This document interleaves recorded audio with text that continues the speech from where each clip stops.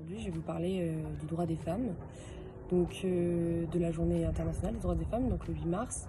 Donc c'est quelque chose que moi personnellement je connais bien car c'est quelque chose qu'on a l'habitude de voir sur les réseaux sociaux, qui est beaucoup relayé dessus. Il y a généralement des manifs.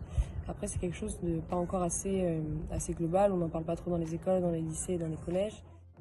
Pour moi, donc le sexisme ordinaire, c'est pour moi un des aspects les plus dangereux du sexisme, parce que c'est un sexisme qu'on a tellement banalisé, c'est un comportement qui est devenu tellement normal dans notre société, dans notre manière de fonctionner, qu'il en est devenu invisible. On ne se rend même plus compte qu'il est là. On entend trop souvent dire que en France, il n'y a plus de problème de sexisme, que les femmes ont le droit de vote, qu'elles ont l'égalité au travail, que voilà, elles n'ont plus, il n'y a plus de sexisme. Ce n'est pas vrai parce que dans notre quotidien, on remarque encore beaucoup trop de comportements sexistes, mais vu qu'ils sont banalisés, normalisés, on n'y fait plus attention et c'est ce qui devient le plus dangereux. Par exemple, dans toutes les sphères du quotidien, au travail, dans l'art, dans la vie privée. On a trop souvent entendu ces remarques un peu limites, mais qu'on fait passer sous couvert de l'humour, ou alors ces paroles de chansons qu'on entend à la radio, mais dont on ne doit pas vraiment se plaindre parce que c'est de l'art. Ou alors des non-dits qui nous font sentir toujours un peu inférieurs. Spécial à prendre en compte en tant que garçon, parce que ça vient, le gros problème souvent vient du genre masculin et tout ce qui, j'ai en tête surtout les remarques au quotidien, les, euh, les dragues très abusives ou exagérées, forcées, et c'est quelque chose que en tant que garçon on sait, on nous le dit, on nous en parle, notre entourage, nos amis filles souvent nous le disent tout le temps, mais je pense que c'est encore plus difficile que ça à prendre en compte et à réaliser. J'ai même des amis qui ont tout le temps des potes qui leur disent, mais qui pensent qu'elles exagèrent ou qu'elles se rendent, enfin, peut-être qu'elles psychosent, quelques psychotes. Et en soi, on le sait, mais on n'imagine pas à quel point. Et même moi, même en disant ça, je ne peux même pas imaginer l'impact que ça peut avoir. Et je sais que c'est quelque chose de plus fort que ce qu'on pense. Et l'expérience que j'avais eue, c'était une ancienne amie qui était au téléphone avec moi dans une heure tardive le soir à Bordeaux. Et au téléphone, j'entendais tout, vraiment tout. Et j'entendais vraiment toutes les peut-être 20 à 30 secondes, une remarque, un appel, un sifflement. Et je me suis dit, waouh, c'est choquant. C'est vraiment impensable. On le sait, mais on n'imagine pas que c'est à ce point-là tout le temps. Et de cette manière abusive. Et du coup, c'est quelque chose qui me vraiment.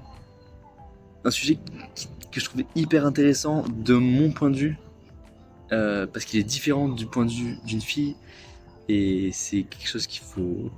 Enfin, tout le monde sait, mais c'est vrai que c'est très difficile de s'en rendre compte.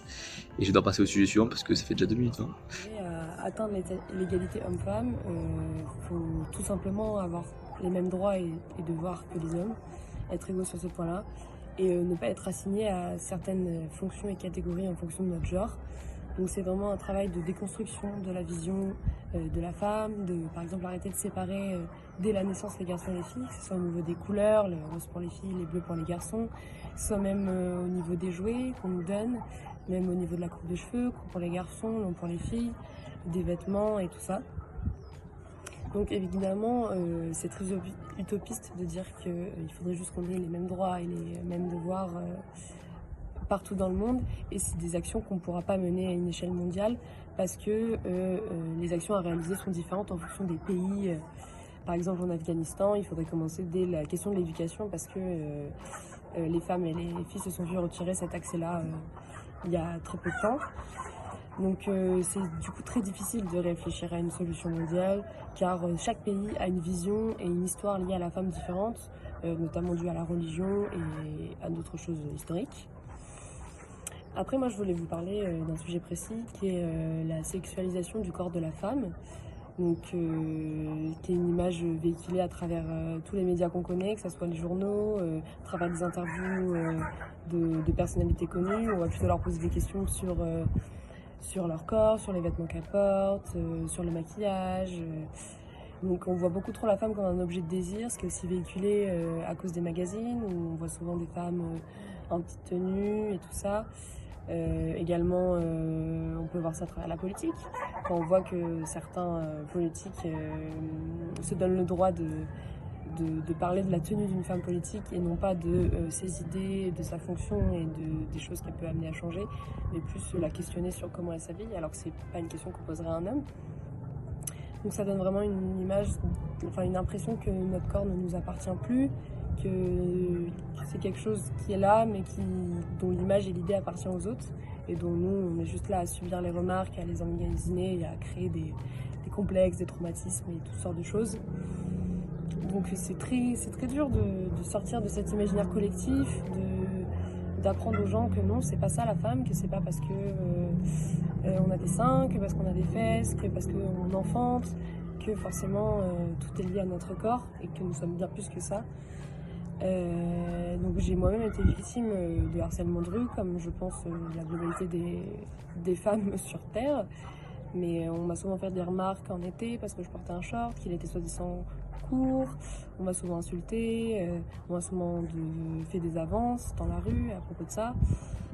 Et l'accumulation de tous ces remarques et comportements sexistes peuvent avoir un effet vraiment néfaste, par exemple sur la confiance en soi de la femme, qui peut après cela avoir peur de s'exprimer ou se poser des questions qui n'ont pas lieu d'être, comme est-ce que c'est de ma faute si on m'a fait cette remarque ou si on a eu ce comportement envers moi, est-ce que j'exagère quand je dis que telle ou telle remarque me gêne, parce que si on a l'impression d'être seul, d'être la seule que ça dérange, on peut se dire est-ce que c'est moi qui exagère? Est-ce que c'est moi le problème finalement? Vu que la société a accepté ce genre de comportement, pourquoi moi je ne trouve pas ça normal? Est-ce que c'est moi le problème? Évidemment, ce n'est pas le cas. Mais en n'admettant pas que notre système est encore criblé de sexisme, on continue à l'ancrer dans nos habitudes et dans notre quotidien, et on isole encore plus les personnes qui voudraient changer cela, qui s'expriment à l'encontre de ce genre de comportement. Pour l'égalité homme-femme, je pense que tout passe par de la sensibilisation. Chez les jeunes, chez les moins jeunes, mais nos jeunes d'aujourd'hui sont les citoyens de demain. Et on sait que tout passe pour moi par une prise de conscience, un changement de mentalité. Et la sensibilisation a un impact énorme sur ça, sur le fait de changer les mentalités des citoyens. Et après, les actions sont sur tous les sujets à aborder, mais le moyen de le faire, à mon avis, c'est la sensibilisation. Ça prendra du temps, comme ça en prend tout le temps. Et c'est pas pour tout de suite que ça va changer, mais ça change, ça continue à changer. Mais c'est pas pour tout de suite qu'on aura les résultats attendus. Mais ça va prendre du temps, mais ça va dans le bon sens, il faut espérer. Et aucune raison que ça n'aille pas dans le bon sens. Et ensuite, c'était par rapport à chaque pays. Les actions, à mon avis, sont totalement différentes en fonction de chaque pays. Même dans un même pays, les actions sont différentes parce que c'est plein de micro-sociétés, même dans un seul pays. Pour lutter contre ce sexisme ordinaire qui a été systématisé, la meilleure solution, ça reste l'éducation. Il faut continuer à s'exprimer, à pointer du doigt ces comportements qu'on ne trouve pas normaux et qui ne devraient pas être légitimes. Et il faut bien communiquer en expliquant en quoi c'est des comportements sexistes et comment on peut les changer.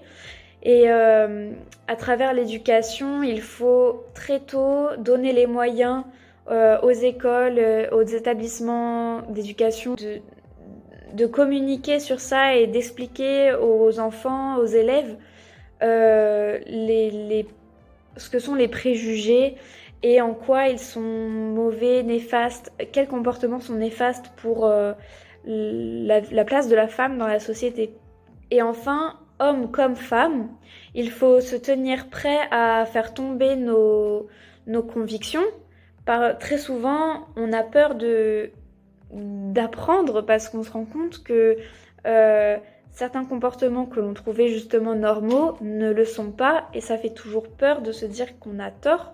Mais il faut rester ouvert à toujours apprendre plus et à se remettre en question, parce que hommes comme femmes, on a tous encore beaucoup à apprendre, et pour construire un monde où on se sentira tous bien dedans, il faut tous apprendre un peu plus. À propos de la journée du 8 mars, pour moi c'est une journée de sororité. C'est un peu cliché de dire ça, mais c'est vrai, parce que c'est une journée où où ce sentiment déjà puissant, mine de rien, entre les femmes, est décuplé parce on libère enfin la parole, et on nous libère la scène sociale un peu. On est enfin sous le feu des projecteurs, et donc on entend encore plus la voix des femmes, la parole féminine.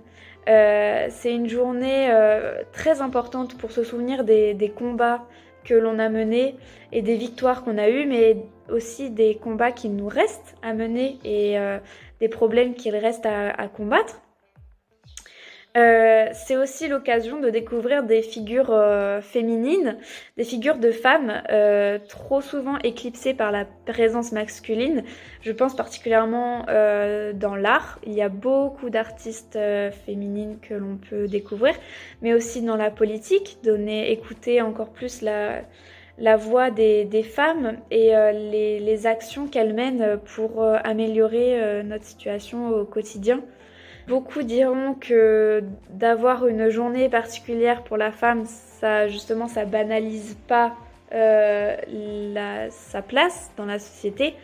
Mais en attendant que l'on n'ait plus besoin d'une journée pour se faire entendre, on doit profiter des... Et si je devais dire une dernière phrase, juste laisser notre corps et notre sexualité tranquille. Laissez-nous faire nos propres choix, laissez-nous nous habiller comme on veut, et prêtez plutôt attention à ce qui se passe là-dedans et à nos actions, et laissez-nous vivre comme un homme, comme une personne, comme un être humain, et non pas comme un corps qui se balade. Donc voilà, à mon échelle, j'ai pas d'autre solution que en parler. Surtout parlez-en autour de vous, sensibiliser des gens et éduquer-les. Pour finir, vive l'amour. Très important.